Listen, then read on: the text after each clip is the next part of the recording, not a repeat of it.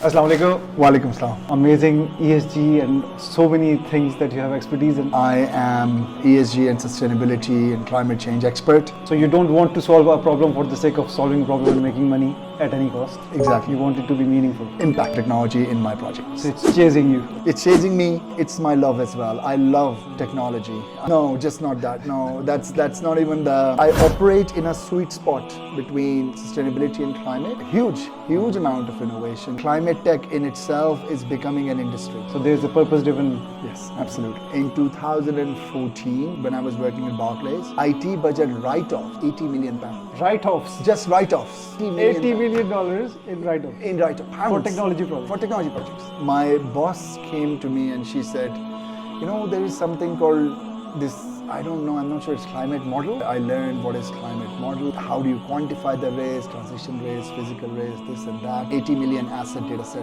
across the world for physical risk, right? I can do it.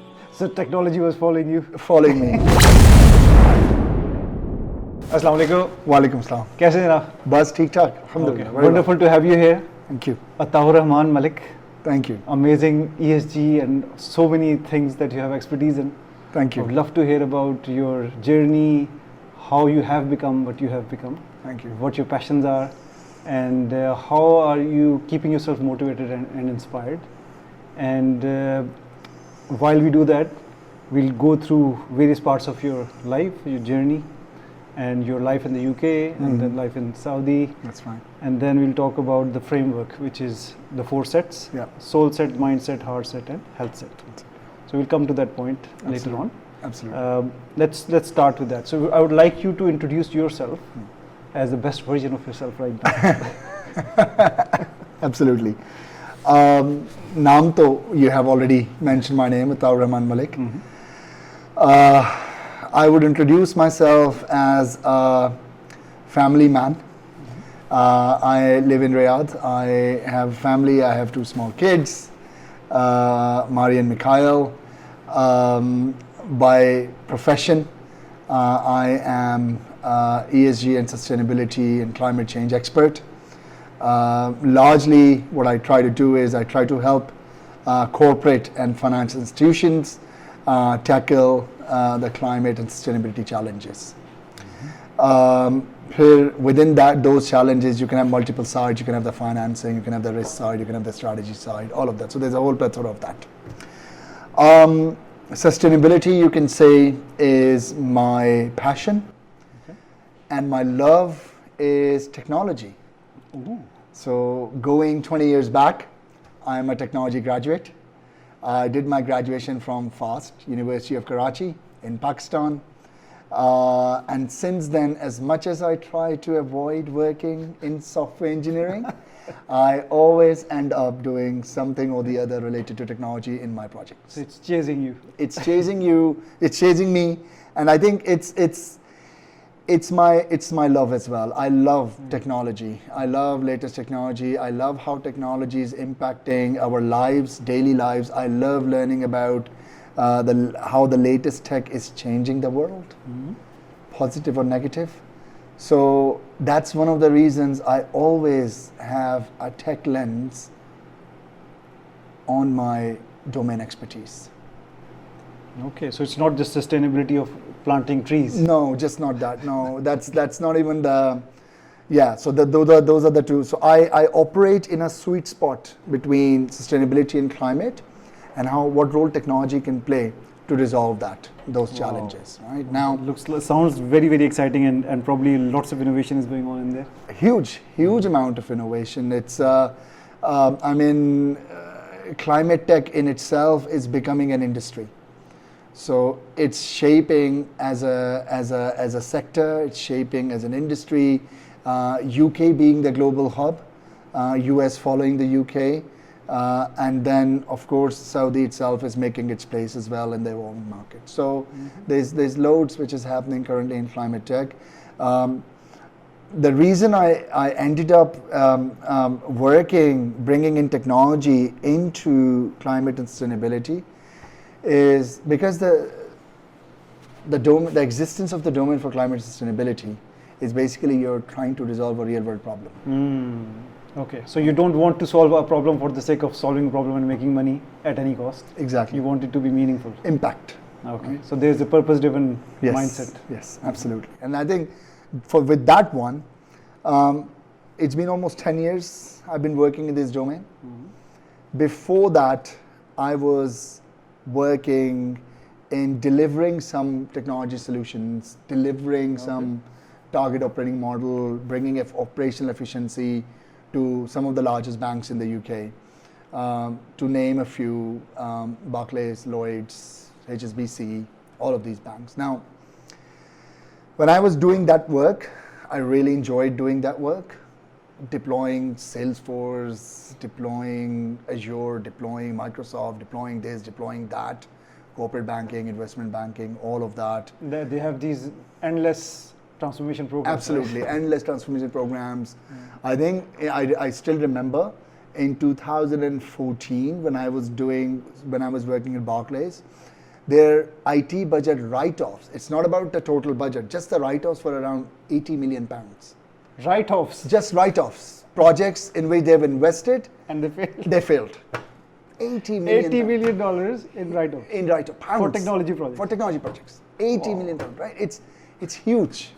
Their IT budgets are huge, right? And the reason being because we were, between 2010 to 2015, we were at a cutting edge tipping point of the retail banking getting evolved. You know, we were moving, as customers, we were moving away from branches onto the apps. Yes, branchless banking is exactly, so common now. Yes, right? yeah, So all of that required a lot of expertise, a lot of investment, especially when you're talking about large banks who've got like portfolio like 20 million customers, 30 million customers, right? You need huge infrastructure behind that. Thousands of branches. Yes. And they get away with so much. Exactly, right? So all of that. So I helped them do that. I loved my job. I enjoyed it. And then, it was good. Then I joined Baringa, right? Okay. My previous employer. It's a great company.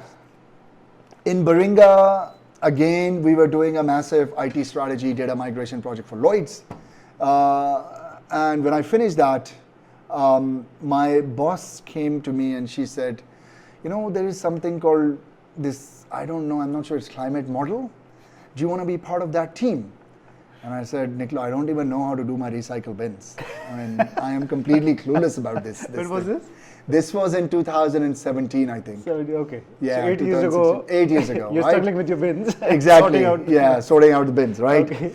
So I was literally learning. Being a Pakistani, there's no concept of recycling, Yes. which was embedded into me. It's an overhead. So when I came to UK, I saw, why do they need 3 bins outside the house? Come on, you just need 1 bin. You shove everything into 1 bin. So I was learning that. And then there's this proposition came to me. The best part of the Baringa being a consulting firm is that they don't box you in a certain domain. So if you enjoy, you can follow your passion. Wow. So from helping banks with their technology, operational efficiency, target operating model, I was the 12th member of their climate modeling team, right? Now, that was a learning curve for me. I started doing stuff. I learned what is climate model, why do you need it, to measure the risk, how do you quantify the risk, transition risk, physical risk, this and that. And at that time, they were building their model. And one of the product manager came to me and he said, do you want to build the physical risk model? And I said, yeah, that'll be great. I started learning physical risk. And then, so Baringa at that time was working with one of the top physical risk modeling firms called XDI. HDI? XDI. It's an Australian firm. They have the largest climate data set. They have like 80 million asset data set across the world for physical risk, right? And there was this PhD scientist, CEO, Australian guy, very nerdy guy, Mark. I got on a call with him and, you know, with nerds, the thing is, and okay, no offense to nerds, I love nerds, either you click or they don't want to talk to you. Exactly. Right? Yes. I clicked with him. Wow. And that guy taught me on like these hour-long weekly calls. He taught me immense amount of stuff. He was like a pure climate scientist, right? Like he used to address United Nations conferences. He was leading some of the cutting edge physical risk research across the world globally, right? I learned loads from him. Now my boss came back to me and he said, you're doing a great job in physical risk. We've done a few asset analysis, all of that. We need to productionize this thing. So we need to think about how do we build a little application out of software out of it. And I said, I can learn Python and do it. And he said, oh, can you do it? I said, yeah, it's fun. I can do it. So technology was following you? Following me. Yes. I went online on Amazon. I ordered this book which has this like big lizard, you know, that Python Bible 101 book. I ordered that and I took my fast hat back onto me. Yes. And I said, okay, all the programming concepts, you know, loops and ifs and else and all of these things I learned. So during the daytime I was working, and nighttime I was learning Python and doing physical risk coding. Okay. I designed the physical risk model, I coded it. It used to analyze around 1,000 assets in like 3-4 minutes. Wow. So it used to take Baringa to analyze almost 3 weeks for one asset, because it's like Oh my God. 80 different Excel sheets and all of that. So you have to scale it up. So it used to take around 3 weeks, 3 weeks for one asset. and your program was doing 1,000? 1,000 in like 3 to 4 minutes. 3 to 4 minutes, yeah.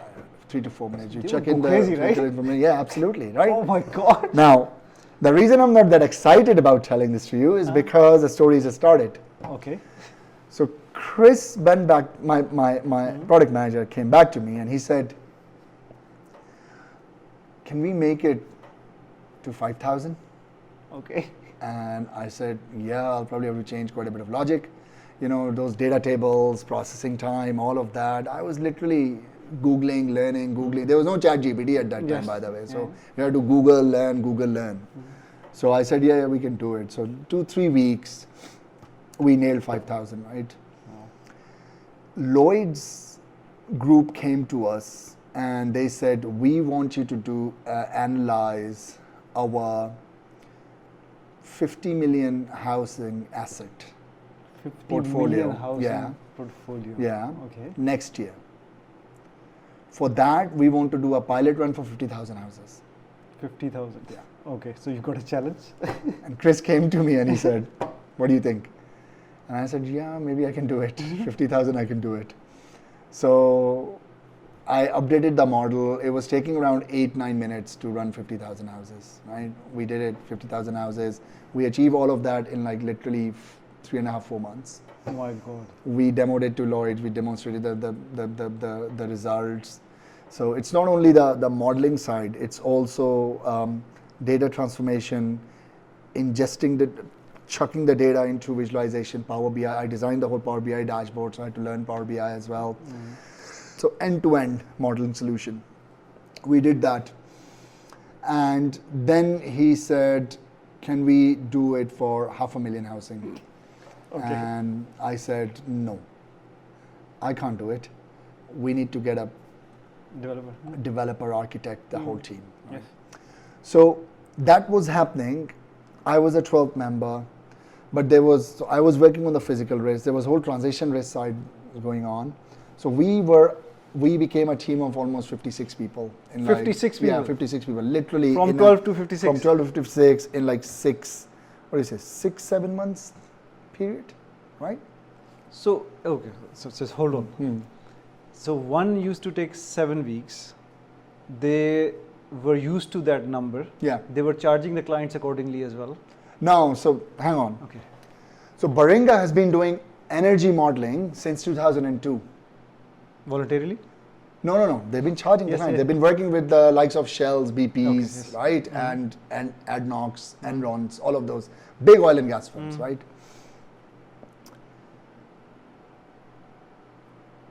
The real problem statement was, we have the energy model.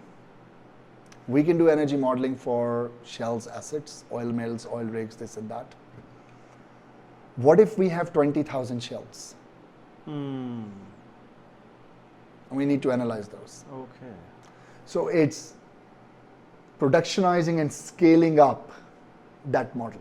Okay, so for the sake of audience and making sure everybody is on it, you're using this term climate modeling. Yeah. Let's go into a bit of detail of what actually, Let what me is tell it, you. Yeah. and why it's needed, Yeah. and what's the impact. Okay, let me tell you. So let's take a step back and start with climate change, right? Do you remember the flooding in Dubai 12 Where months all the ago? cars were Do you see the floating planes in this? floating, Yes, all of yeah, that, right? yeah. Right? disaster. Right? How many months was it raining for? Not Days. months, right? 2 Yeah, nights. Yeah, 2 nights. Exactly, Yeah, yeah. 2 nights. That's why. In 2 nights, the insurance claims were $920 million. Oh my God. Or nearly $1 billion Nearly $1 billion. Right? in 2 days. In 2 days. Wow. Right? Okay.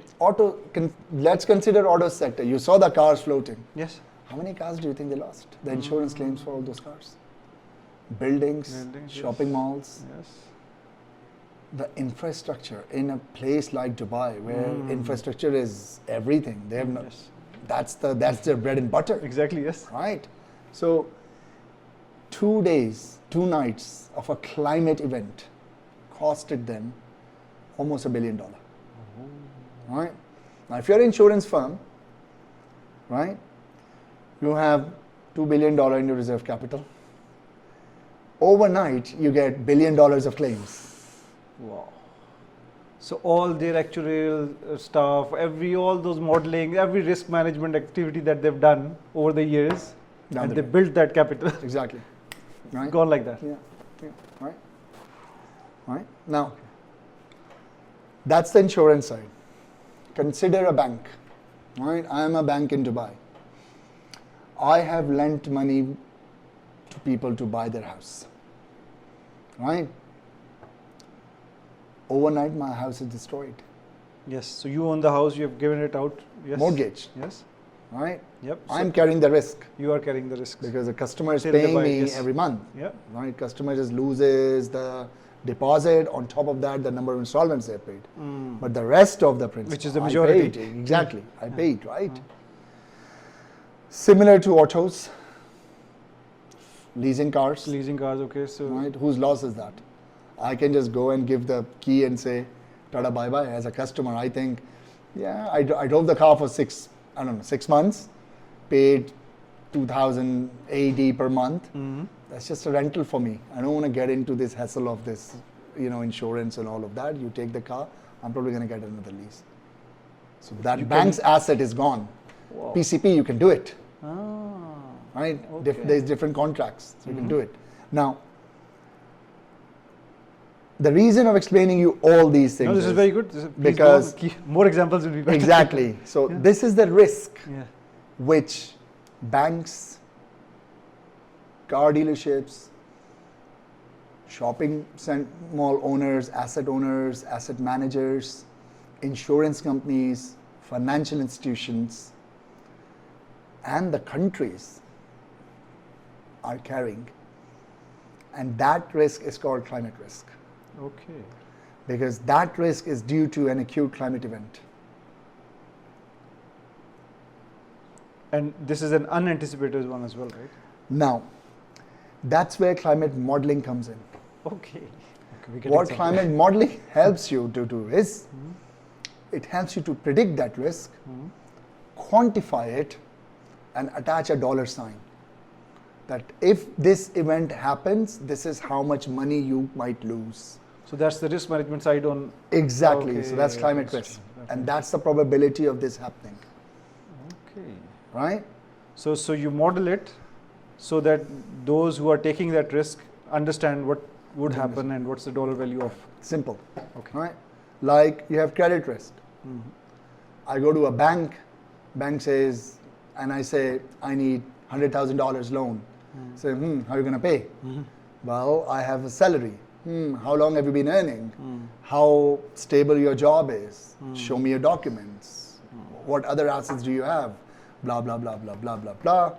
They chuck all that data into their systems, and the system says, looking at Atta, there is a 3% probability in 2035 that he might get bankrupt. Right? Okay. Are you willing to take the risk? And the bank says, we're not going to give him loan for 2035. And then in order to hedge our bet, we can say, okay, Atta, you have a piece of land there. We want the ownership. We want that as collateral, so that if you to go bankrupt before that, we can sell and we can recover our loan money from you.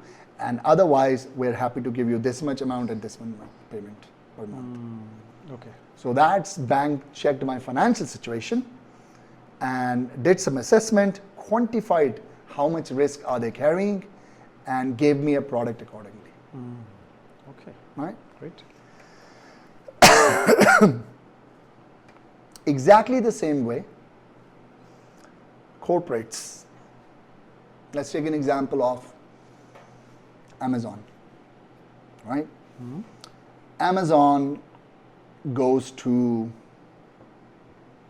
Barclays, right, and say, I want $100 million loan because I'm planning to build a warehouse in somewhere around Midlands in the UK, and I will start making money out of that. That's my business plan, and I'll pay you back the loan back. All right? Now, Barclays first need to check, has Amazon made any money in the last 5 years? Okay. Are they a successful business? Are they running?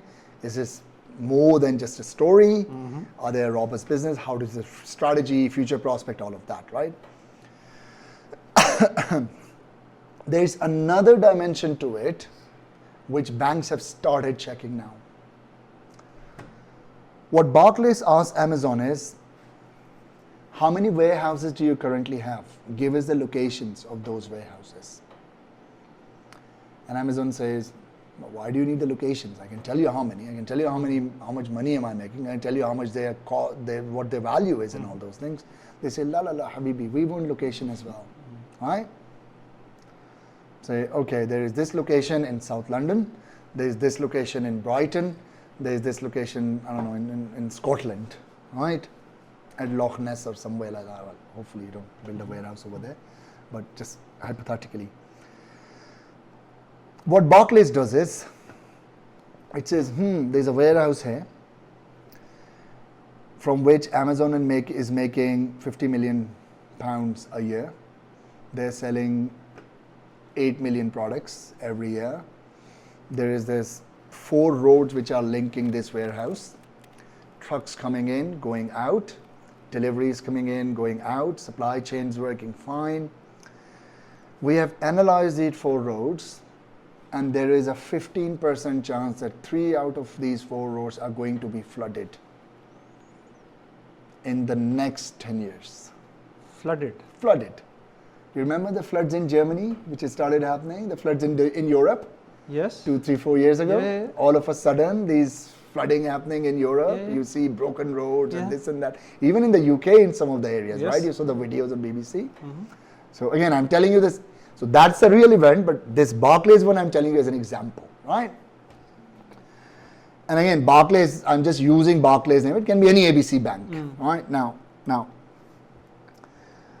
what Amazon says is, if we cut off these 3 roads in a hypothetical scenario, how will the supply chain get impacted? So those 8 million product sale, and that's that $50 million sale, how much the sales is going to get reduced? If one of those roads is blocked and If 3 roads base is blocked, okay, right? It's called operational disruption, right? If warehouse faces operational disruption because of acute climate event, what will be the financial impact? Wow. So warehouse has not even been purchased yet? Not yet. The new warehouse is separate. This is the existing warehouse, because existing warehouse will allow Amazon something which is called propensity to pay back the loan. Oh, okay. Right? Okay. So now I'm connecting the dots. Right? Exactly. Okay. So as part of your credit assessment, you are bringing in climate risk assessment, Okay. right? So Barclays realizes and say, well, you currently have 3 warehouses, Amazon. All these 3 warehouses might get flooded in the next 10 years. Our science and data shows us that. Because of that, your income is probably going to be reduced by like 40%. And you're planning for another new warehouse. We don't think you'll be able to pay us back the loan. Because your revenue, for example, Because from your that revenue warehouse will from, drop, go from exactly. 50 Supply to, chain, to yeah, exactly. 30, Exactly. and Exactly. you Your can't- propensity to pay the loan back will reduce. Okay, good. Now, in real world, in hindsight, it doesn't happen like that overnight. But I'm just giving you a very simple example here, right? Now, so the thing which told Barclays about, let's check a scenario of 3 roads cutting, rain, flooding, land subsidence, other climate issues. There is a whole list of 12, 13 different climate challenges which any geography can have, right? That thing is actually called climate scenario model. Okay.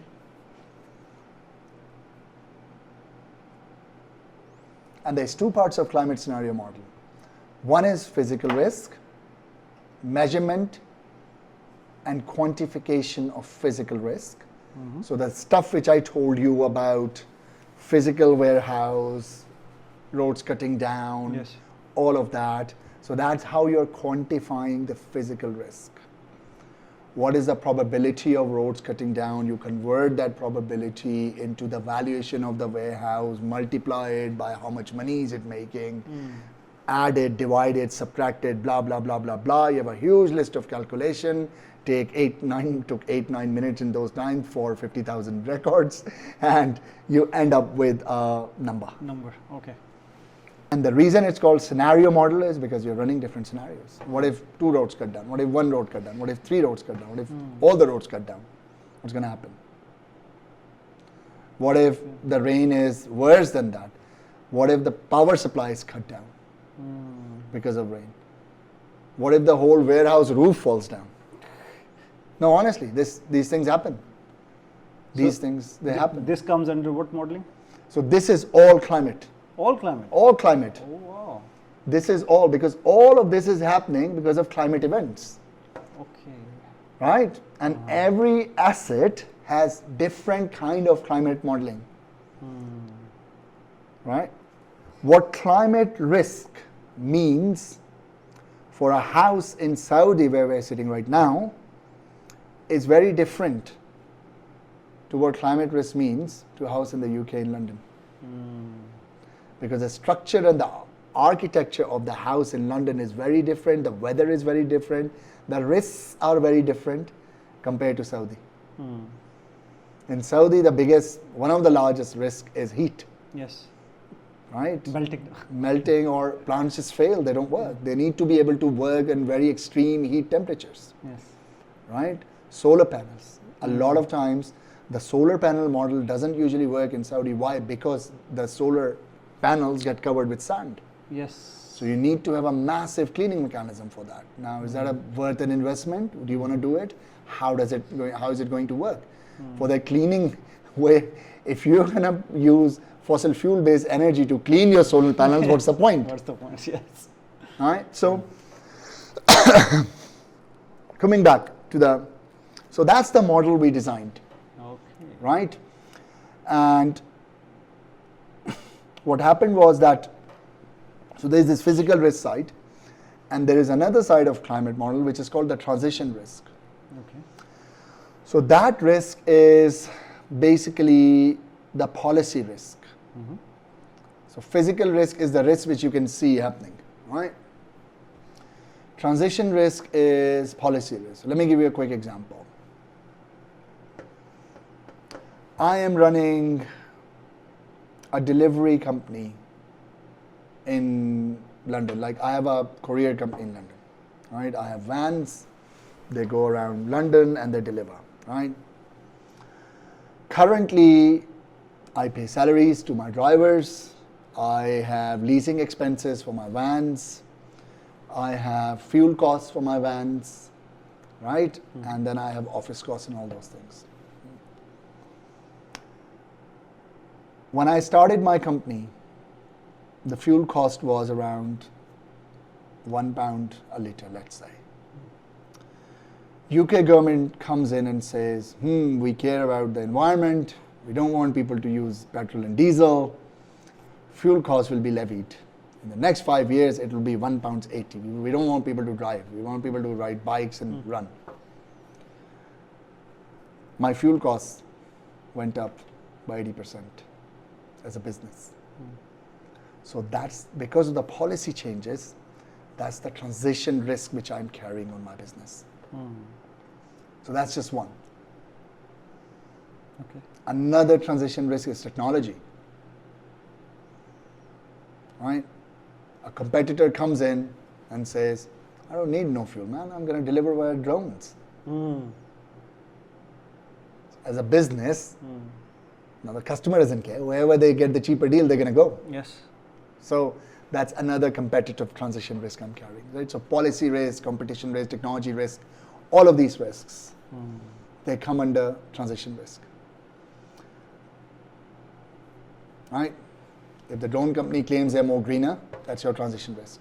Right? Now, so there's two sides of it. Now, every sector has very different transition risk.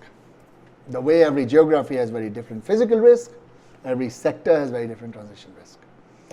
Aviation, very different transition risk compared to retail, compared to manufacturing, compared to large-scale manufacturing, compared to shipping, all of that. So it was a huge model which we developed, and that's why the team grew so fast, because people are working on multi-sector transition risk modeling, physical risk modeling, and then the whole bringing everything together. Then because we were scaling it up, I think Baringa partnered with a software developer company in the UK. So then they brought in software developers, architects, all of that. And I think in 2 years' time, we grew into a team of 152 people. Oh, wow. Right? Okay. Yeah, it was fascinating story, the way we grew. And Baringa being Baringa, that was probably the best time of my career. I really enjoyed it. Okay.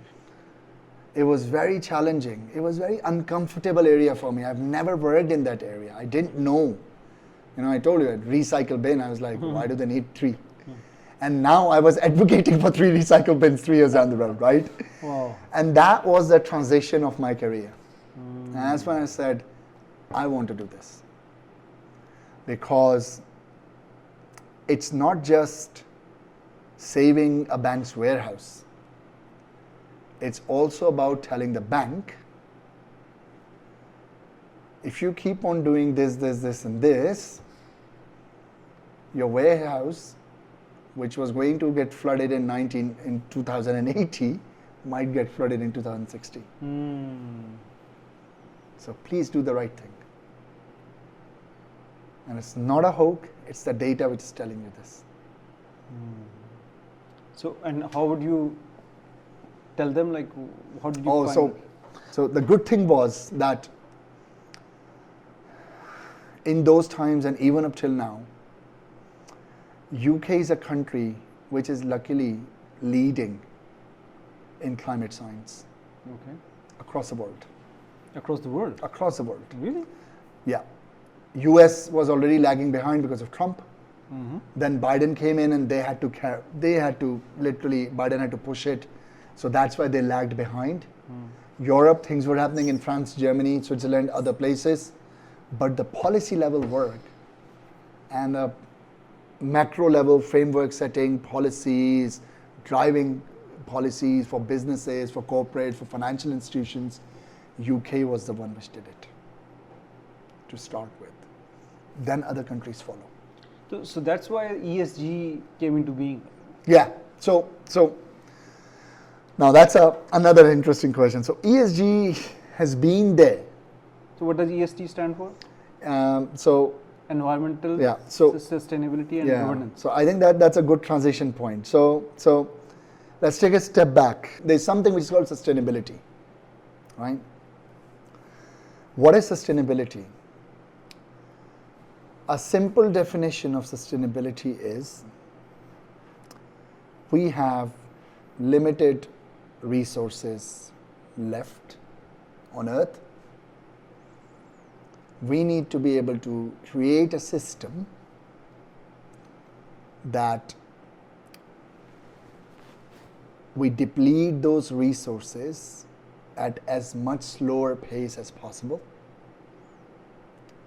So much so that the net impact of that depletion is zero. And in some cases, it must be positive. Positive, okay. So that net zero and all those Yeah. interesting things came into being. Okay. So that is called sustainability. Okay. Okay, you have 4 resources. Every 300 years, one of them you're using, right? So you have 1200 years of life left, right? I'm just using this as an example. There's a whole No, science. you said 4 things. What 4 things? Let's Example. say 4 resources. Okay, example, okay. Right? Resource 1, resource 2, resource 3, resource 4. Every resource lasts 300 years. 600 years down, you realize, gosh, we have only 2 resources left. Yes. Are we only going to live? Probably Excuse me. that's where we were a few years ago, right? Yes, right? So, are we only going to live till 600 years? Someone said, no. We need to really watch what we're doing. Right? If we do this, under this scenario, we'll be able to stretch it to 800 years. Under this scenario, we'll be able to stretch it to 1,000 years. Under this scenario, we'll be able to stretch it to 1,500 years. And if we're able to do this, that means we're not depleting resources, we are adding resources and we are living our lives as well. So we can go on. So interestingly, so let me summarize what I've understood Yeah. so that you can correct me. The resources are limited Limited, yeah. and Allah Ta'ala has given us all those Yes. resources. Yes. And there is a fine balance Yes. of the whole globe, Ecosystem, right? yeah. The whole ecosystem. Yeah. Let's focus on Earth only for now. Yes. In the Earth, there is a certain amount of rain that happens, certain amount of carbon that exists, certain amount, all sorts of things are in a certain balance. Gold, minerals, mines, Oh. everything, whatever we use. And we've been exploiting them Yes. at such an accelerated pace Yes. that we have reduced the lifespan of this Earth. Yes. Significantly. And that could be led by greed and all those other things that just you make money at any cost and don't worry about the emissions or anything else. Yeah. Just do it and produce the toxic waste and just Capitalism. get me the Yeah. pure capitalism, right? Yeah. Just design the Make- product, get me money Get me money at any cost. at any cost. Okay. So if that is the purpose of a business, that's a disaster, right? Yeah. Not just disaster for themselves, Yeah. because later on they're going to struggle. Yeah. They're actually ruining the whole globe. Yeah. And ESG or sustainability specifically Yes. came in Yeah. to help us recognize that what are you doing? Yeah. Just think. What are you actually? What on earth are you doing? Yeah. So no, you have to make money, but you have to understand the cost. Yeah. And you need to reduce the cost. And Yes. the cost is not money. Yeah. Cost is the environment. Yeah. Cost is the sustainability. Yes. And that requires a science of its own. Yes. And that's what you're expert of That's what we're as well. Okay, good. So companies, as you mentioned, were working for one goal, profit. Right? Company has corporate governance, shareholders who are investing money. Shareholders' expectations were, we want to make more money. If a CEO would not make more money, he was a bad CEO, Yes. out, next CEO. Yeah. Right? What sustainability did was, sustainability said, it said that profit should not be your only goal. It should be profit, people, and planet. All three in a balance. Triple P philosophy. Okay. That's called a triple P bottom line. Some of the leading sustainability companies in the world, you read their reports. So, you know, companies produce this annual report, accounting report, all of these things. It's all about money, right? So it's based on 1P, only 1P. Yes, profit. The companies who are driving sustainability change globally in the world, when you read their reports, it's got equal weightage on, yes, we are making this much money because we are a private business. This is what we are doing for people. This is what we're doing for planet. Wow. So that's pure definition of purpose orientation. Yes. That's what we love, right? This you is are where in the purpose cast right now. Exactly. Okay, so great. Exactly. So we're getting to that core point. Exactly. And So I can see your passion coming out as Yes. well, which is great. So the triple P, and I would tie the fourth one. So profit comes at the end. No, Yeah, we'll start with the purpose, Yeah. people, Yeah. planet, Yeah. and profit. Yeah. All of them together. Yeah. There is a very famous keynote on purpose-powered profitability. We've delivered it multiple times globally. It's been well received because people start thinking differently. This is the first time they're thinking about, okay, yes, profit can be made with purpose. Yes. And you are actually bringing that to life with Yes. saying, if you take care of the people and the planet, Yeah. profit will come. Actually now, with the new mindset and this next generation coming Yeah. in, there's Gen Alpha and others, they demand people and planet focus Yeah. for profit. Yeah. Otherwise, they would like the fair trades and all those other things that, Yeah. that grew in, Yeah. in numbers, right? Now they want organic, Yeah. they want fair trade, Yeah. they want to make sure nobody is exploited. Yeah. They would buy smaller, simpler thing, Yeah. more expensive Yes. Yes. So, as compared to the so let me tell you an example, right? Yeah. So when you talk about driving forces, there are 4 driving forces, Okay. very clearly. One is your consumer, which you have just said. Yeah. Second is your regulator, the government, which says, if you produce this much emissions, we're going to tax you. Okay. So be a good man. Otherwise, you're going to be taxed. Okay. Third is investor or your shareholder. Fourth is what you call is internal customer, Okay. which is your employees, People. people, right? Okay. So these are like 4. Now, I remember when I was growing up in Karachi, right? We used to live in Federal Bay area in block 17. So we used to have these little streets, right?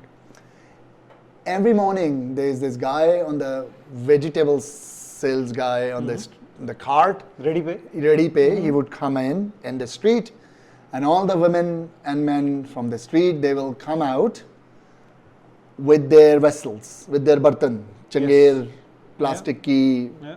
steel ki, wo sab.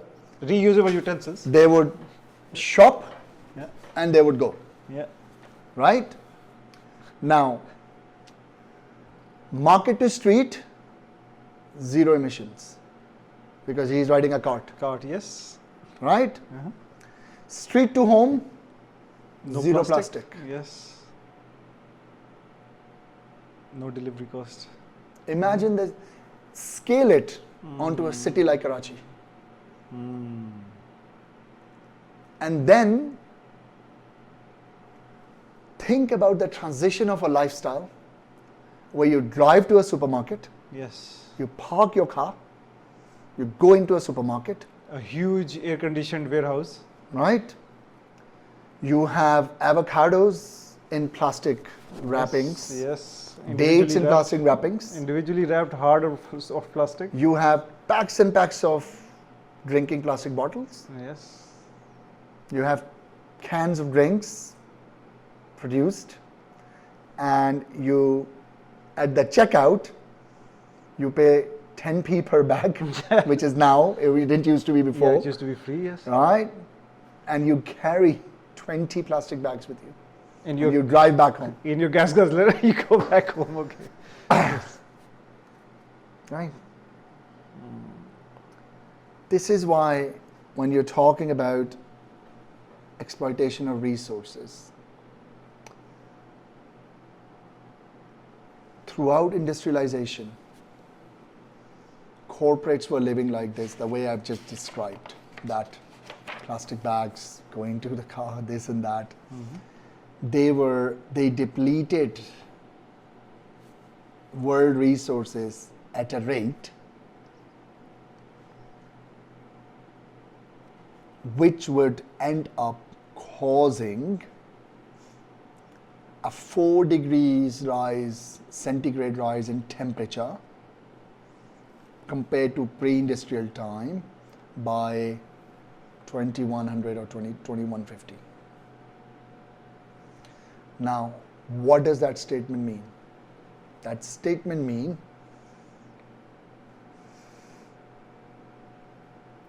UK is going to have 33 degrees centigrade this weekend. Yes, your family was saying that's boiling and they can't even breathe. They can't even breathe. Right? They have the low ceilings and everything else, right? Exactly. Right? Now, that's just one. 4 degrees rise in temperature mean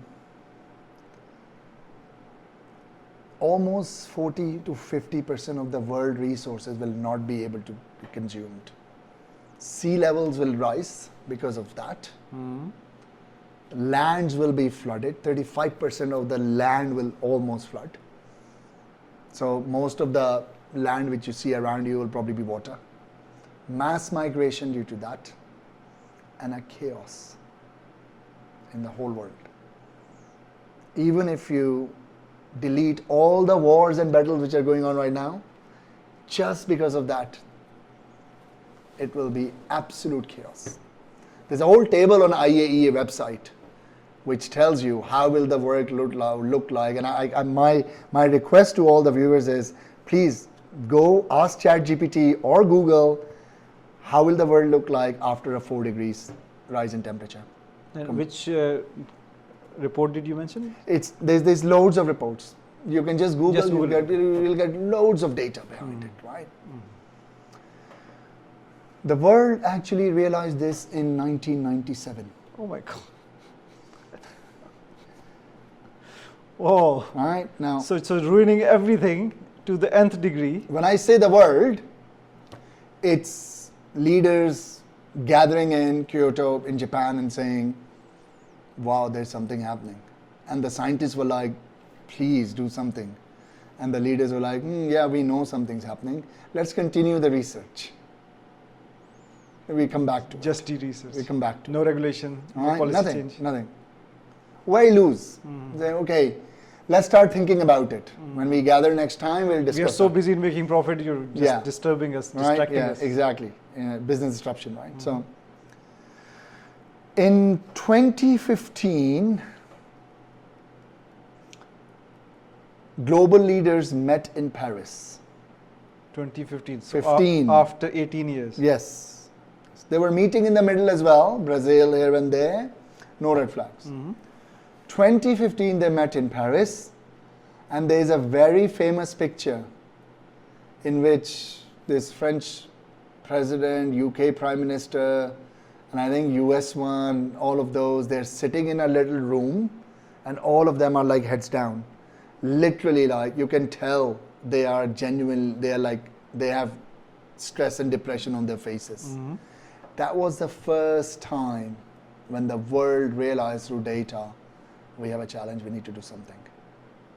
Was it when Al Gore was coming into Yeah. picture? Okay. Yeah. So they signed something which is called a Paris Accord. Okay. And they signed the pledges. It wasn't action still, just pledges. Okay.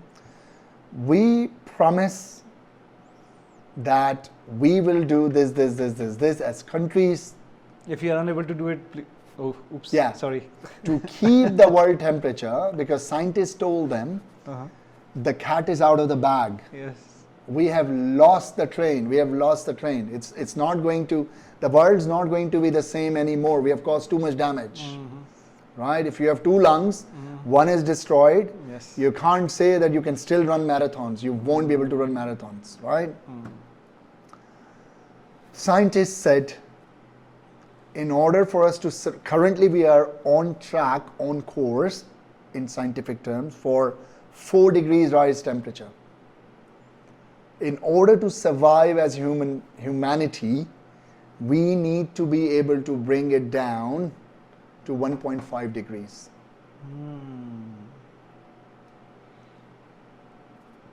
Okay? That's when the real momentum started building. 2015 Paris Accord. Okay. But it was still pledges. It was pledges. Governments went back.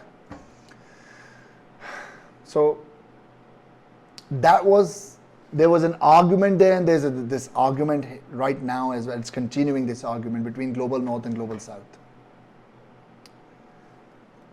Global north said we need to do something. Global south, help us do something as well. You need to do as well, because we all need to do. Global south said, well, hang on. I'm not driving 5 cars per family. I'm still not selling avocados in bags. My vendors still go on a cart, sell things on the street of Karachi. Why do I have to pay for that? Why do I have to worry about that? I didn't cause that. You remember one of that Imran Khan's speech in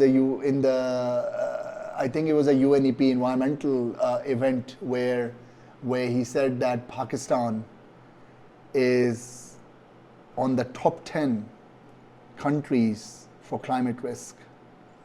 Really? And Pakistan the amount of emissions Pakistan produces, which causes that climate risk, puts Pakistan into 98th or 100th, right at the bottom of the list. We don't produce any emissions. But because of our geographic location, oh, so everybody else is making a mess and we are paying. And that's the debate between global north and global south. Global south is feeling the climate change risk now. Africa, temperatures are rising. okay. Right? Huge temperature rise. So it will be extremely unfair if we put a single policy in place for Globally, north. you can't. Ah. Right? It is extremely unfair equally to expect UK and Pakistan to do the same amount of effort. Okay. Right? And that's where 80% of Pakistani population cannot even imagine the lifestyle we enjoy in developed countries. Someone is paying the opportunity cost for that, right? Yes. And that opportunity cost is being paid by Global South. And we expect them to do something. And we expect them to do something. Right? Now, so it's an interesting field I work in. That's why I'm so passionate about it. So Paris Accord happened and they said, okay, we need to do something. Right? So there is a globally famous term now which is called the Paris scenario. The Paris scenario. Yeah, which is the scenario of curve where the temperature rise will be 1.5. Okay. So we were on a track to 4 degrees rise because of Paris Accord. A lot of changes happening in the world. Climate sustainability came onto the agenda, board agendas. Excuse me. You started seeing a lot of CSOs, chief sustainability officers, all of those things started happening. We went down to 3.2 degrees temperature. Okay. Just Currently we are on course to 2.7 to 2.8 degrees. Oh, so it's still quite far behind. We are very far behind. And time is running out. We were supposed to be 2.2 by now. Oh. And is that still because of the greed that is driving the boards and the shareholders? It's translation of policy regulations into action. So, but these ministers and these governments are brought in to bring in the policies that are beneficial to the country and they align with the global benefit So to the planet. yeah. So there is something which is called a BAU. Yeah. Right? You cannot kill 1 million people today just because you don't want to have the 1 million people dying 100 years down the road. So you need to make sure that your business as usual continues, and then you transition. Right?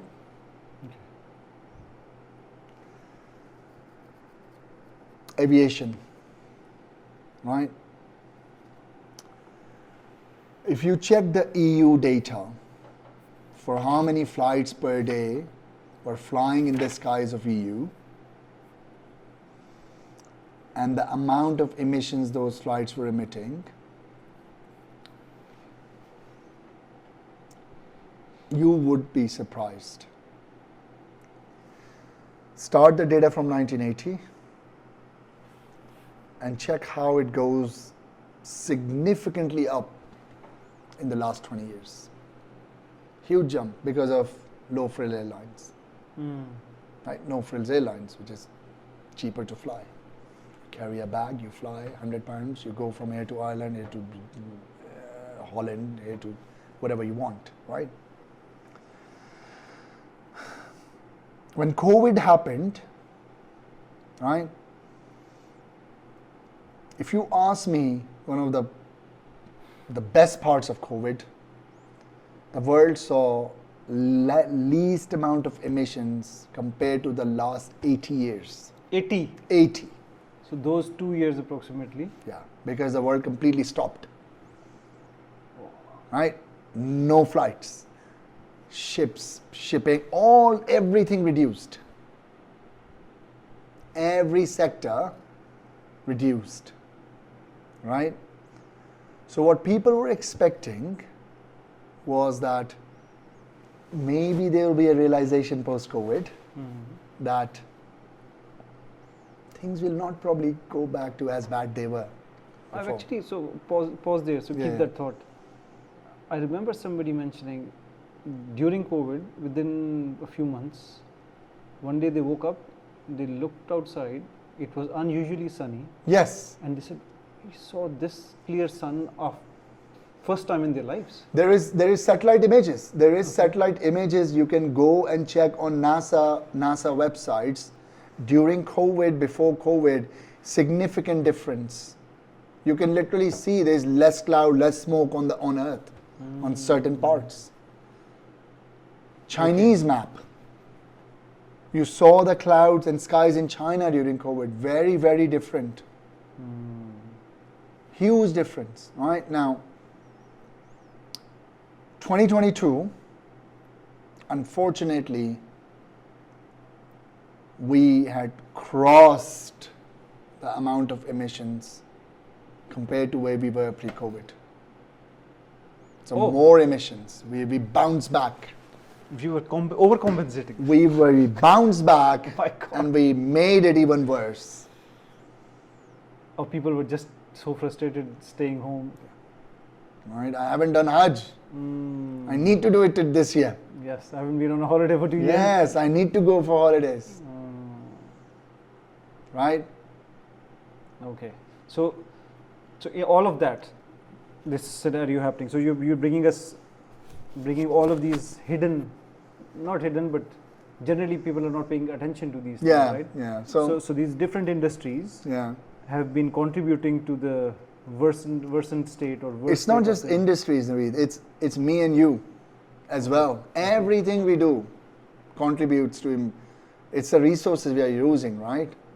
We have an option to carry a water bottle or to buy plastic water bottles.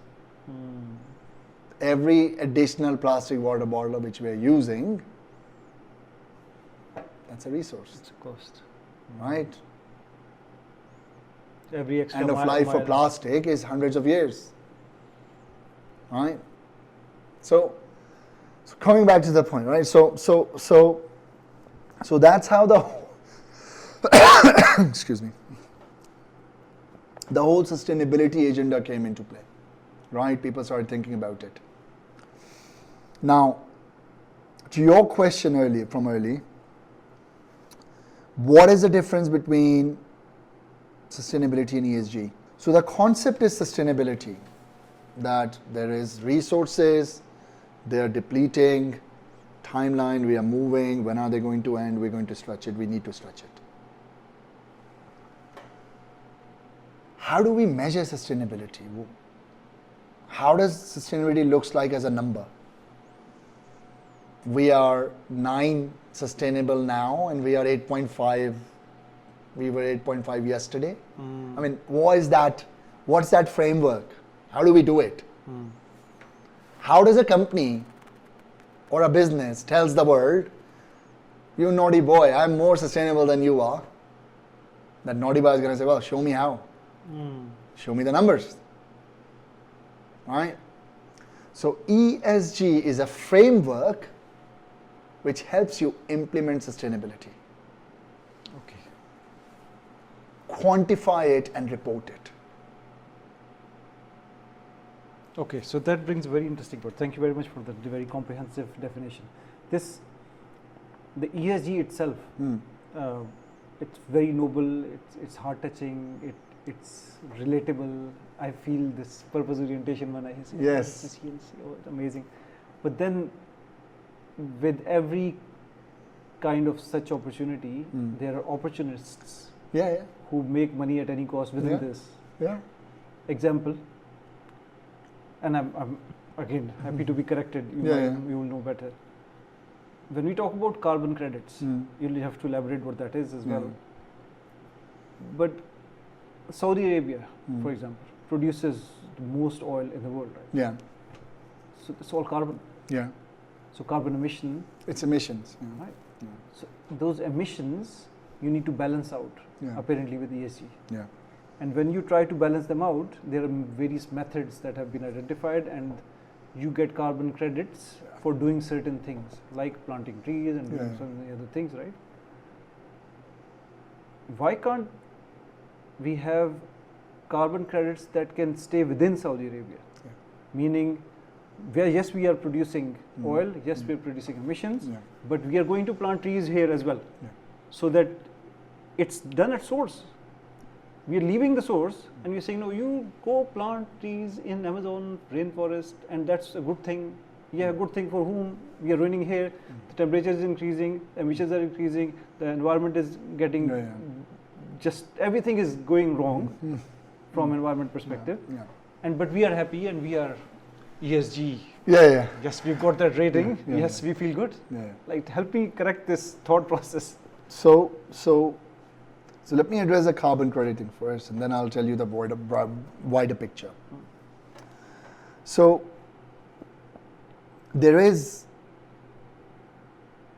you can do either way. You can do the offsetting, or you can deliver a carbon project which offsets carbon, which produces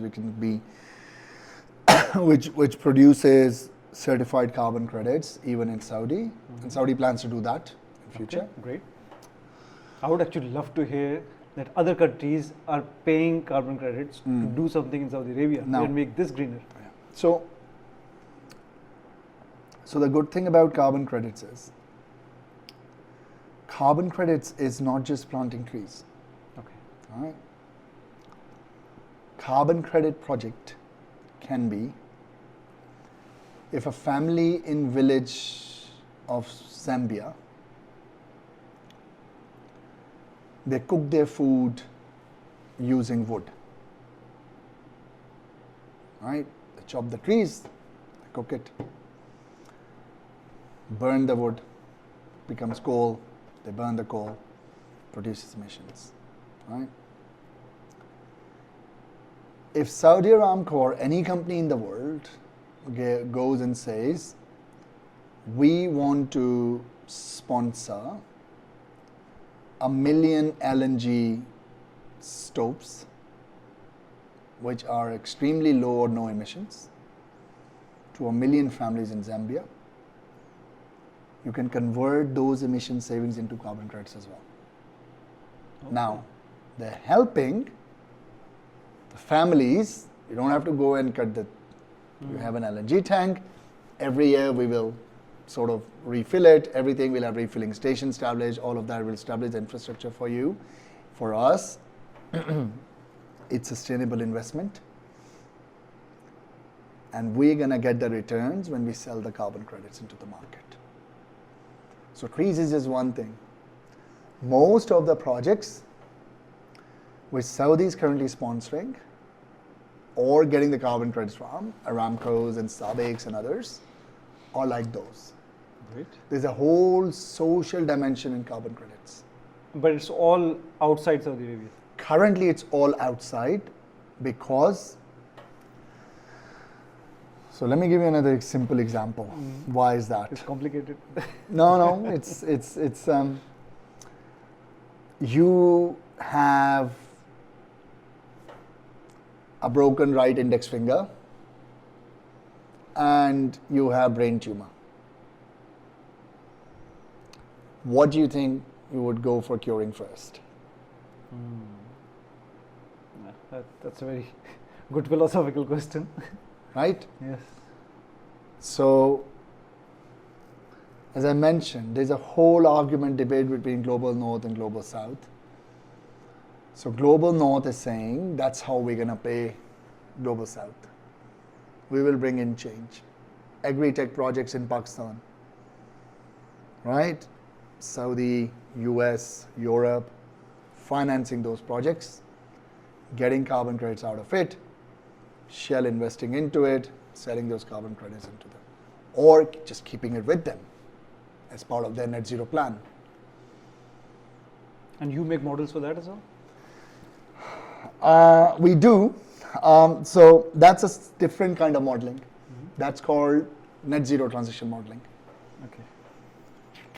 So ESG has 3 pillars, right? Environment, social, and governance. Oh, it wasn't sustainability, social. No. Okay. Environmental, social, and Governance. Okay. Right? Environmental is related to the environment, and emissions is just one factor. There's 20 other factors in environment. There's water, there is emissions, there's water, there's sanitation, there's loads and loads of other things within E. Then you have the social aspect of pillar of ESG, not aspect, pillar of ESG, where you have employee well-being, community engagement, employee engagement, people, this and that, and all of those things which come into play. In the companies in the UK in the last few years, you've probably noticed these employee well-being. We take care of our employees, this and that. ENPS, All of this has come up on the surface quite a lot, right? And then we have the governance. Yes, you're doing good things for the environment, you're doing good things for the people, but you shouldn't be bribing people to do that, to be happy. Yes. So you need to be transparent about stuff, and there's a whole list of this. Governance, okay. Right? The government's told companies, you need to start telling us what you're doing in these 3 pillars through something which is called your sustainability reports. Sustainability reports. Okay. Yes, you produce your financial reports, you get them audited. We want you to produce your sustainability reports and get them assured. Assured through people like you? People like us, I'm not into assurance, but yeah, consulting firms, you can say. So companies help, consulting firms help these companies make their sustainability reports? Yes. And then establish their procedures to make sure that it's done, maintained properly. Exactly. So there's governance to make sure that it's transparent and open. Yeah. And once these are produced, they're required to be produced just like the financial accounts, yearly accounts. It's actually part of the same package. It can be part of the same package, Okay. or they can release their financials in March, release their sustainability in June. Okay. Okay. That's right. And then there's new regulations under IFRS now. I don't want to make it too technical complex for your audiences. They're saying that, okay, there has to be together. Not as part of one report, but it can be packaged together. And the reporting release cycle should be the same time. Now, coming back to why did the governments force companies to report? Right? I remember when I graduated from FAST, right? My dad was alive at that time. So I got a job. It was a new job in Karachi. We got, being in Karachi, you never, during a student life, there's no trend to go and work and make money in shops and stuff the way you do in UK as a teen. This first job, we started getting money for the first time. And we got spoiled, right? Work during the day, Devil's Point, Clifton Beach during the night with friends, every night coming back home at 2:30, 1 o'clock and everything. One night my dad said, I want to know every night when you're back.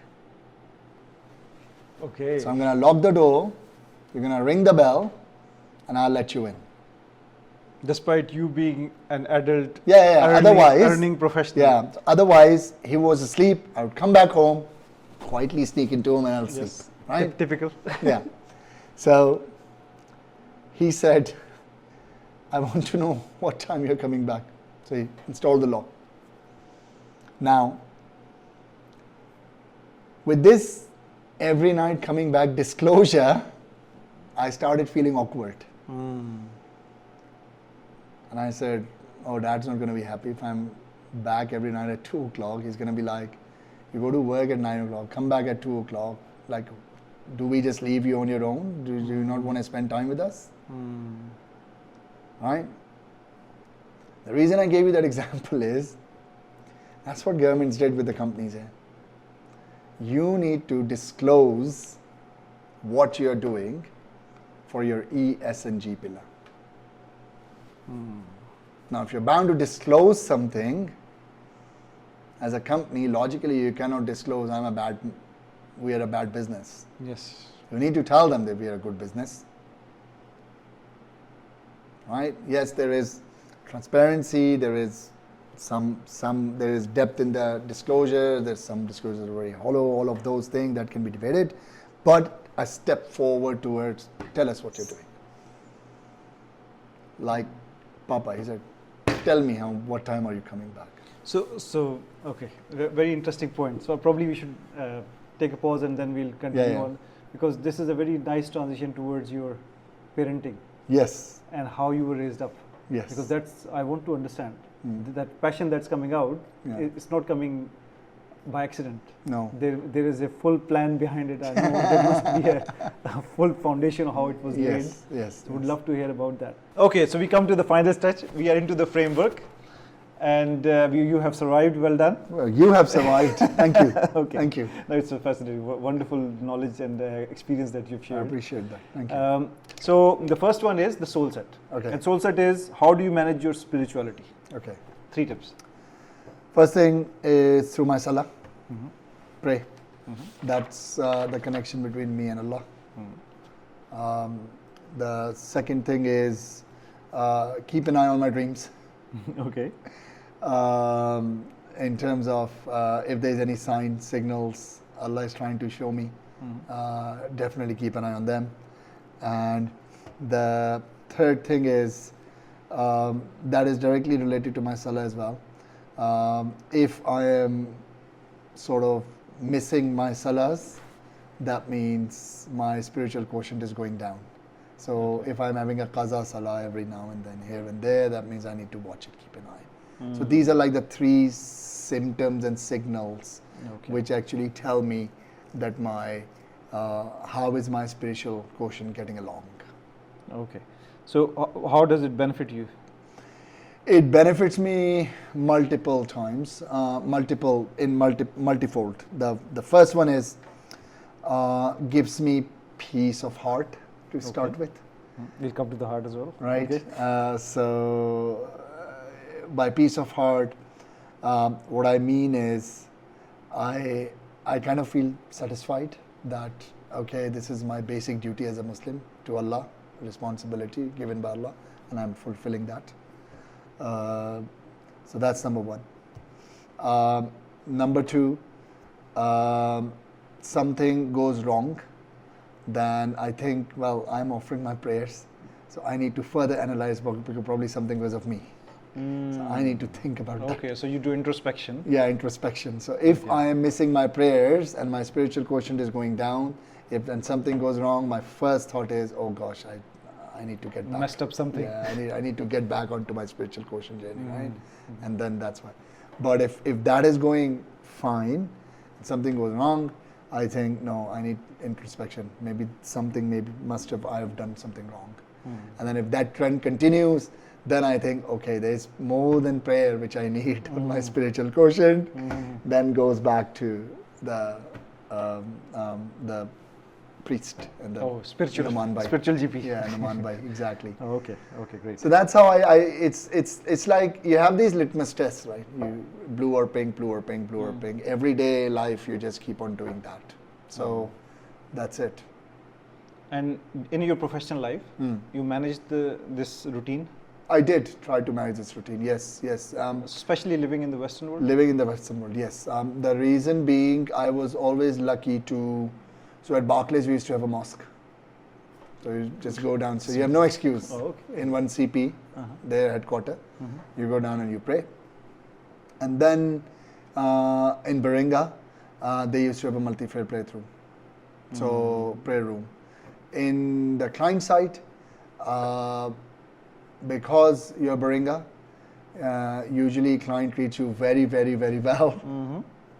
And you can just ask them, do you have a multiplayer faith room or can I go somewhere else? Yes, same way. My experience in those 20 years, nobody ever refused. No, they don't. The moment you ask, they're actually going off their way to help you. Because I still remember when I, so there was I'm not going to name the bank, but when there was a building in central London where the bank's office was, and that building was listed by the council that it should be destroyed and new building should be built because it was too old. There was no hot water, there was no heating, there was nothing, and it was one of the largest banks in the UK. There was their asset. It wasn't right in the central London, so it was millions of pounds of asset anyway. So I went to the client and I said, I need to do the wuzu. And the client was like, what is wuzu? And I told him. He was like, he's some guy from Essex. And I was like, oh, we need, the ablution thing, the wash. Oh, he said, oh, it's too cold, mate. It's too cold. You can't do it. Yes. And I said, yeah, what do I do? He said, oh, hang on. Let me take you somewhere. So he took me downstairs to the nearest, there was a Starbucks cafe right there. He said, you go in, do whatever you want to do. I'll wait for you outside. They have hot water. Oh my gosh. He waited for me outside. I went in there, did my wuzu. He took me upstairs and he said, look, there's no heating here. So I think on the third floor, right in the corner, there was like this corner abandoned room there. He said, that's the room which is the least cold room here right now. Wow. Okay, so he went off the way. Yeah, he went off the way. Took care of all you all the way. All the way. Because even in summer, the water is quite cold. Yeah. In winter, it will be crazy. It was I tell you, it was freezing. It was freezing weather. Wow. Yeah, so it was in Moorgate that asset was. Yeah, seriously, you become very numb very quickly. Yeah, so that's the thing. So never had any problems in the UK doing that, right? Never had any problems here as well. It's not the ecosystem or the environment which had created challenges. It's my own laziness and my own level of iman. Okay. So it's nothing to do with anybody else. It's just us. Nothing. Yeah, it's just us. Nothing. Never. Okay. Exactly. Okay. And you travel a lot as well, right?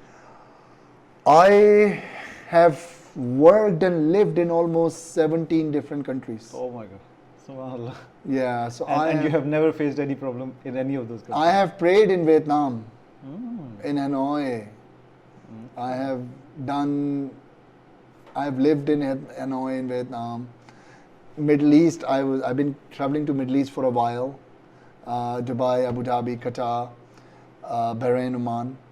And then Europe, I've worked in different countries. And then Far East, Singapore, Hong Kong, Thailand, Bangkok, Vietnam. And you keep, a final question, because you said prayer is your key one, right? Yeah. In those different time zones, in different countries, Yeah. especially in a non-Muslim country, Yeah. you have to, while you're traveling or you're working, it's quite a challenge to keep track of the time and do the salahs on time. Yeah. How do you manage that? So usually when you're traveling, you do the qasr, right? So that's a little bit more leeway. We take leeway from Islam.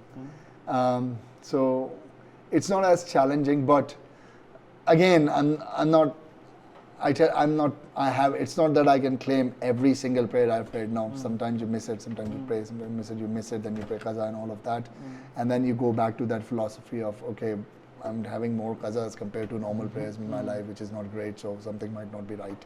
I need to take a note of that. So the litmus test start going blue from pink. So you try and bringing back to that. So pink keep zone. trying to recover. Yeah. I mean, Okay. that's what.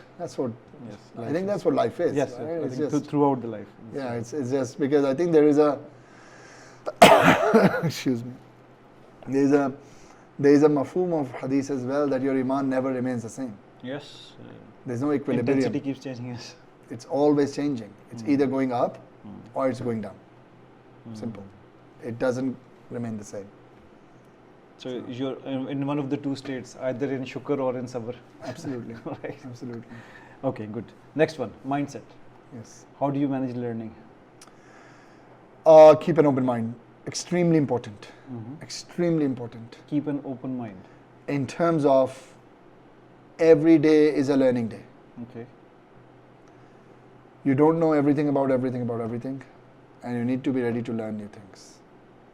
So what if you're looking like us, even though you have a couple of decades of experience, you're sitting in front of a young team and you don't know something, what would you do?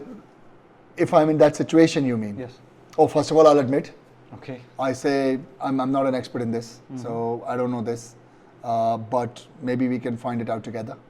Let's see, does anyone of you know any resources which we can start looking into? That has happened many, many times, especially in my field, because things are changing so rapidly that sometimes your juniors are sending you this article, this new regulation, and you're like, oh wow, I didn't know this has happened. And then you read through it. And then you ask them, and he's like, no, I just sent it to you, I didn't read it. And then you tell them that this is what has happened. This is what you tell. Yeah, but again, it's I go back to Nadeem's learning. At the start of my career, Nadeem told me one thing. He said, look, Atta, Nadeem is your mentor. my mentor, right? He said, in your life throughout, you will meet two kinds of people. Both of them will claim they have 20 years of experience. One of them will have 1 year of experience repeated 20 times. Wow. And the other one will have the real true 20 years of diversified top quality experience. So every year you need to be a better version of yourself. It's lifelong. We have seen our uncle. My uncle was a bureaucrat. He was a 22 grade bureaucrat. And sometimes I just joke to my mom. I said, Mom, Mom's like, you're always on your iPad reading stuff, doing stuff, like, come on, get a break. And I said, Mom, if I had a job like him in Karachi Water Sewerage Board, where I'm sitting at a 22 grade, 23 grade officer, MD or DMD, I would just go to my office at 10 o'clock in the morning, come back at 4 o'clock, I'll just relax. The way life is changing, I told you, right? 3 career changes. And then I think there's a thing which I saw on the internet the other day that I don't know, it took like television to get like, I don't know, 30 years to get million users.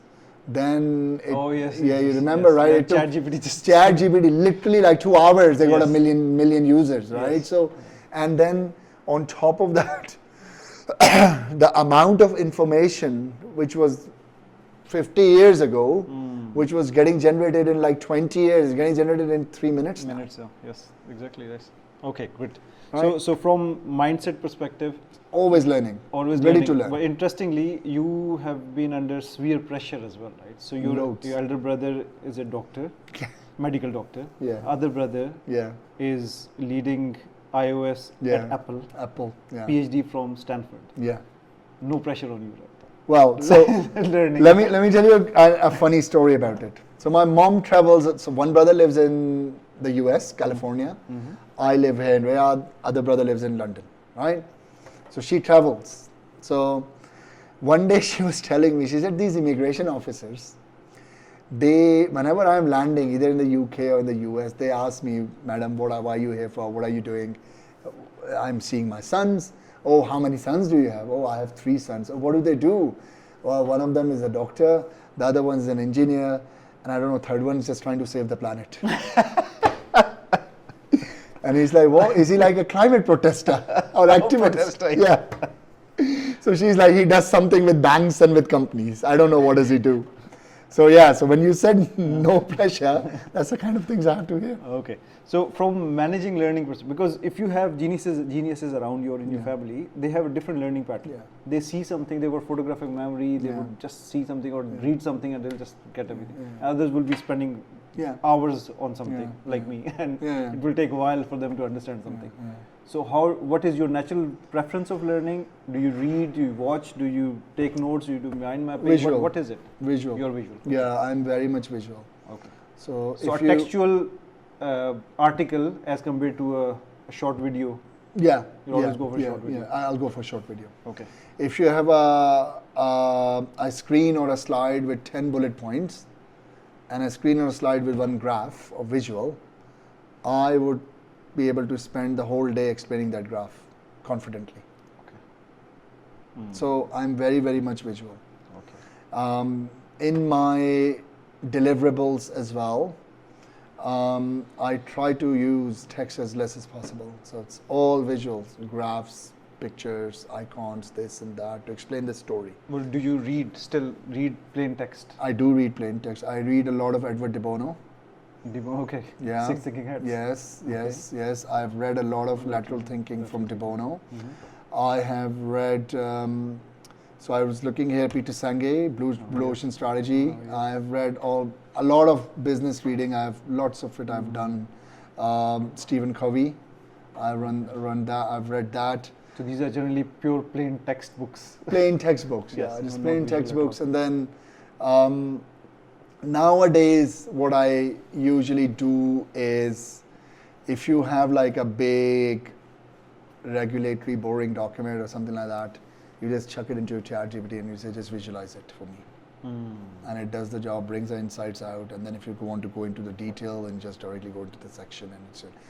And that's, you see, so Naveed, it's interesting that you asked this question to me, because I was talking to my wife the other day, and I was telling her, do Maria and Mikhail really need to learn how to write?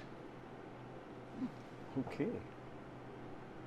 Because there will be no need in the future. Are they going to use writing? And what did she say? She was like, no. What are you doing? No, don't even say that in front of kids. That's a very good point, actually. And I said, no, I said, that's why I'm not saying in front of kids, but I'm just thinking about it. The only place where I write is on my iPad when I'm taking notes. But typing? And even that, I have a keyboard on my iPad. I can just do typing. You don't use pencils? I do Apple Pencil, and that's why I just write. Okay. But I can just type. Yes. Right? So your wife being a child psychologist, Yeah.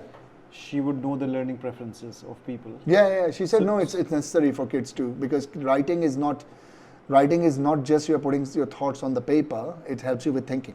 Okay. So that's why you use pen, and this is the whole process of thinking. But again, the way technology is changing, our learning preferences will evolve and will change as well. That's what my point is. Right? Our elders used to wake up, read Jang Akhbar, right? Yes. You know, right? Dawn, Jang, the whole newspaper they used to read. Yes. I'll ask you a simple, when was the last time you read the whole newspaper? Never. Never ever. Go and ask anyone when was the last time they read the whole newspaper. Do you think people in this age will sit, keep their phones on the side, open a paper newspaper and read it? No, I can't imagine. No. Even our elders won't. Right? The learning patterns are changing. It's evolving. And I'm not saying it's right or wrong, that's a different discussion. Whether they should be doing it or not doing it, or that. It's just different, it's evolving. Okay. Exactly the same way my learning pattern is evolving as well. That's right. Okay. But it's just the mindset. The mindset is always ready to learn new things. Great. Okay. And that's the recipe of success. Excellent. So you're a visual learner, and you take notes Yeah. and you visualize work generally. Visualize. And even if you have to read text, you try to visualize it. If you have an RFP, you look at the RFP and you draw a project plan. Simple. Okay. How are you going to deliver it? You draw a project plan on the iPad and you take a screenshot, send it to, post it on a slide, and then send that slide to the team. I said, this is how I want to struggle, this is how I want to structure the project delivery. Okay. Let's discuss it on the call tomorrow. That's literally how I operate. So your mind mapping is actually planning structure. Planning, structure. It's quite Even my structure is visual, pictorial. I don't do bullet point structure. Okay. Even my structure is visual. So it's all visual. Okay, wonderful. Okay. And then from reading book or best practices in reading, what would be the tip for that? So always read paper books. Paper books, okay. Yes. Do not get rid of a habit of reading paper books. Comes from a technologist to a technologist. Absolutely. Absolutely. So I fully resonate with that. Absolutely. In England, because we are moving now, my library is gradually coming. Yeah. But these are some of the books I brought in my luggage. Yeah.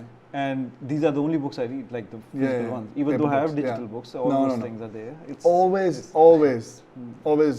do not get rid of your habit. If you're in the habit of reading paper books, do not get rid of it. If you're not in the habit of reading paper books, please develop that. It's very important. Okay, great. Excellent. That's great. So mindset is done. Now Heartset. So tell us the tips of how you manage your emotion, anger, frustration, depression, anything else? So in Baringa, one of the feedbacks I got was that we have never seen you angry. That cuts the points, right? Yeah, and I was a bit surprised. One of the directors actually told me, he said, you're probably one of the highest emotional quotient guys I've ever met. Really? Yeah, so it's been... So even at Baringa, people used to get angry? I mean, they're humans, right? Yes, they're pressure. angry, there's work pressure in consulting, always pressure, right? So, but it's not that you have a challenge, it's how you get out of it. That's where your strength of character comes, right? So when you end up in a really, really messed up situation, how do you react? So my usual tendency is that I have a 10 seconds rule. Okay. When I think that I'm in a really, really messed up situation, at least for 10 seconds, I stop myself from reacting. That's a huge skill to have. That's an amazing. Yeah, you have to amazing practice it. Tip, yes. Yeah, you have to practice it. Because most of the people react Just and the react. spur of the moment, and they create a huge mess in the whole situation. Yeah. If they had not done that, if they had paused, Yeah. things would be completely different. The reason I learned this is I went on to a communication skills workshop in London. Okay. It was from a guy who used to train professional Hollywood and UK film industry actors. Wow. Okay. And at the beginning of the workshop, he said, I'm going to teach you. I'm not going to teach you how to communicate. I'm going to teach you how and when to not communicate. Oh. Because that's where most of the people fail. Hazrat Ali का call है ना, मैं बोल के खामोश रह के कभी नहीं पछताया, हमेशा बोल के पछताया. Yes. I've always regretted, Sachin. right? I've always regretted when I've spoken compared to when I've not spoken. So that's where I learned it. He told us this rule. He said, when you think that you're angry or someone's messing up with you, or in a really, really like uncontrollable situation, especially at work, have a 10 seconds rule. Do not react. Do not push back. Do not say anything. If you think 10 seconds is too long, have a 5 seconds rule. Just stay quiet for 5 seconds. But then do you walk away? No. I sit there. I stay quiet. So what happens after 10 seconds? So you have 3-4 seconds of awkward silence. Yes. Right? The way human emotions work, adrenaline comes in, it takes 5 to 10 seconds for it to calm down. Yes. The ears become red and the heartbeat goes up. And then it goes down. Yeah. Every human being. That's how human physiology works. And then you back it up by your body language. So it's not like you're quiet, but you're punching your own face in front of people. No, I'm quiet, but I'm still angry. No.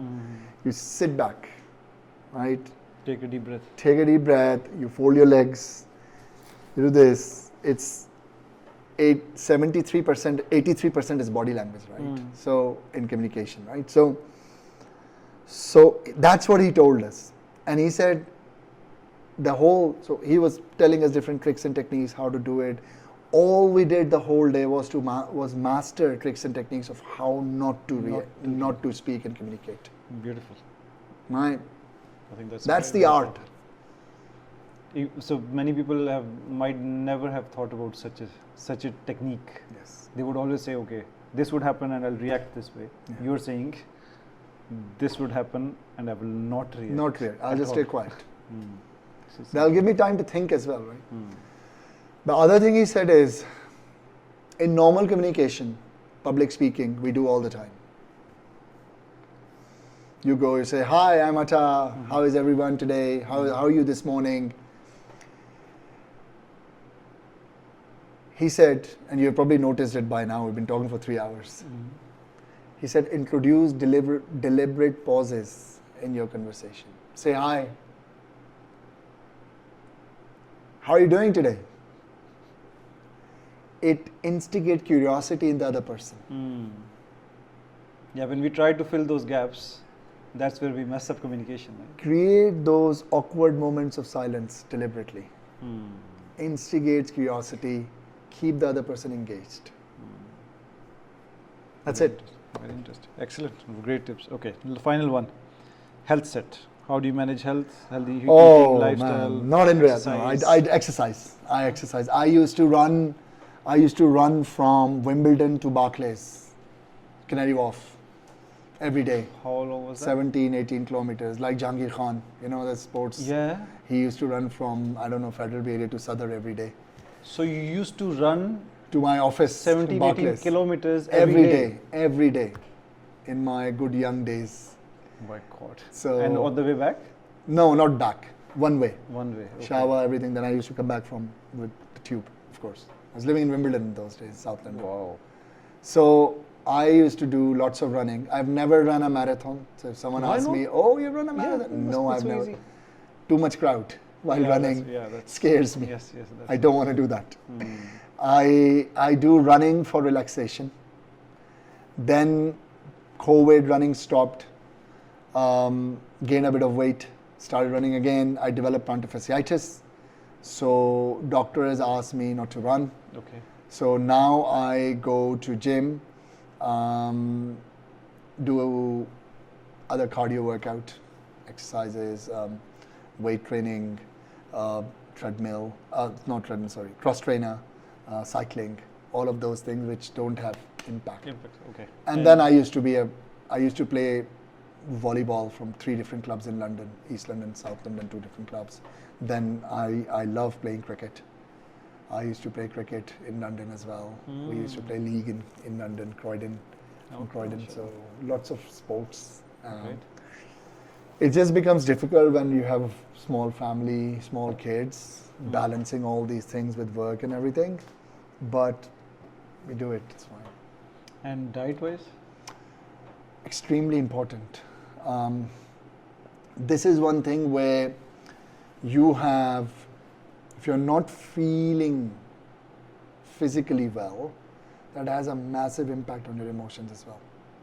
So, diet-wise, my diet has been completely ruined in Riyadh, as much as I try to take control of it. Okay. Like throughout Ramadan, I did my iftaris with salads. I was only going to eat natural green salad, fruit, all of that throughout my Ramadan. Is that the ESG in action? No pakoras, no jalebis, literally no Okay. fried food, nothing this Ramadan. Okay. It was going so well. And then mom came to Riyadh after we Pakoras come. and then the biryanis and the naharis and everything home cooked came back. So yeah. So but no, it's really I am conscious. I'm very much conscious about diet. Sometimes I must admit I absolutely miserably fail to take care of it. Sometimes I'm really great with it. So it's up and down. But it's something which impacts your mood, your So lifestyle. any tip that has worked for you? So for the audience, if they want to learn from your Healthset Yeah. tip, what could be the tips? So the first tip is eat natural. Develop a habit of eating natural. Fruits, vegetables. Nachos? Natural, no nachos. Seriously, no. Okay. Gosh. Start with fruits and vegetables. Started with, okay. Yeah. One thing which I deliberately take care of is that you probably noticed by now. I try and eat as less meat as possible, but I do eat. It's not that I don't eat meat. I do eat meat Once or twice a week? twice a week Maximum. max. And does that include fish? No, I don't. I hardly eat fish. Sometimes fish is a treat. When like last time there was someone who brought some fried fish from Hara. It was like 4 months ago when I had fish. So meat and fish, let's say 20% of the week? You can say, yeah, And then what happens to the rest of the week? 80%? 80% is either rice, lentil, vegetable. Rice? Dal chawal. Oh, it's okay. I love dal chawal. Yes, I will love dal chawal as well. Okay. And vegetable. Mostly vegetable. Vegetable meaning fried? Bhindi. No. Simple cooked vegetable. Sometimes salad. Okay. Right? You go leaves, this and that and that and that, greens. And when mom is here and you want to try some Pakistani food, Yes. and you say, Mom, can you make some aloo ki bhujia for me? Okay, Can you make some chane ki dal for me? Can you make some this vegetable for me, that vegetable for me? So I deliberately, And you're a very specialized kind of a cook as well, right? I am. I love cooking. A chef and a baker and I Yes. don't know what else. so what is your best dish? that you Specialty. make? In healthy. So healthy it's easy. Healthy cooking is not that difficult. Getting hold of healthy ingredients is difficult Okay. in some countries compared to the others. But cooking healthy is largely healthy eating starts with your salad bowl. And you need to have a big salad bowl which has a lot of greens in it, and then your creativity comes in of how you top it up with. Yes. Right? Do you just use vegetables and that's it, or do you top it up with some soy sauce, olive oil, mustard oil, and then on top of that sesame seed oil, roasted sesame seed oil, cashew nut oil, all of these nuts oils, they're amazing with your immune system as well. And then, so that's one part. The other part is grilled items. So rather than frying something, I would either grill, or I have an air fryer at home, which I use all the time. There's zero oil in it, and you just chuck it in and it makes it, put the meat on the salad, and then you eat it twice a week. And then the rest of the time, just eat plain salad. Chickpeas, amazing. Chickpeas are really good. To anyone who is young, my uncle was Mr. Pakistan 1965. Mr. Pakistan? Yes. Yeah, bodybuilder. My God. Yeah. Okay. He was Mr. Pakistan 1965. Wow. And So it goes in the family. my first training started with him in PIA Sports Club in Kashmir Road, where Jahangir Khan used to go. So he was the physical trainer there. So he told me that eat as many seeds as possible. How old were you then? I was 15, 16 when I started going to the gym. So he told me, eat seeds. Seed has a power of a tree. Oh. So eat seeds. And that's something which I always do. It's either beans or chickpeas or any seed. It has a power of a tree. So it has a strength of a tree. Wonderful. So yeah, so Great, excellent. So Right. thank you, Amit. This is wonderful. So, so we covered lots of things and lots of different topics. Quite a lot. Most likely, it will be 2 or 3 episodes. wow. Right? Have you ever done this before? Two or three episodes with anyone? No, this is too long. Look, my wife told me I talk too much. You gotta give me a shut up call. No, but this is lovely, right? This has got so much useful information. I from you. appreciate it. I'm glad. I think the longest we have done till now is 2 hours 43. Wow. This one was the longest. Okay. And that was with the ESG expert as well. Oh, wow. The last one, it was in London. Is it that we love talking or something? Yeah, Or what? I think there is something to do with sustainability and the purpose cast and all things coming it's together. a passion, and yeah. So people, planet, profit, and purpose. Yeah. All coming together. Yes. Okay, so that's great. Any final message for the audience before we go? I think my final message to everyone would be that it's, as I said earlier, we are part of the solution as much as we are part of the problem. So it's every individual's responsibility. When you're doing anything, just think about someone else might be paying the opportunity cost for it.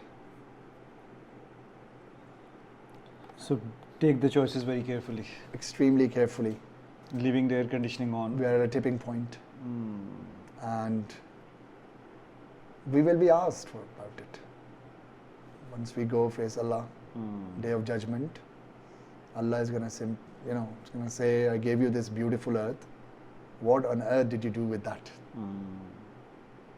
So each and every resource that we use because of our choices, it could be luxurious choices. It keep could your be life simple. Make simple choices. Right? If you can cycle, walk, please do that. Compared to, I know you might have a beautifully flashy car. Just if you can take a train rather than a plane, do that. If you're taking a plane compared to your car, just compare the emissions profile. The data is all there. Just Google how much emissions is going to take from here to Oman or Dubai. How much emissions is my car going to produce? It's all there. Information is all there. It's just about making those conscious choices. So so make the key point is make the invisible visible. Yes. And make the unconscious cautious. Part of your decision, yeah. While you're making decisions and the daily choices that you're making. Every day. Everyday choices. Wonderful. That's great. Thank you very much. Jazakallah khair. Thank you.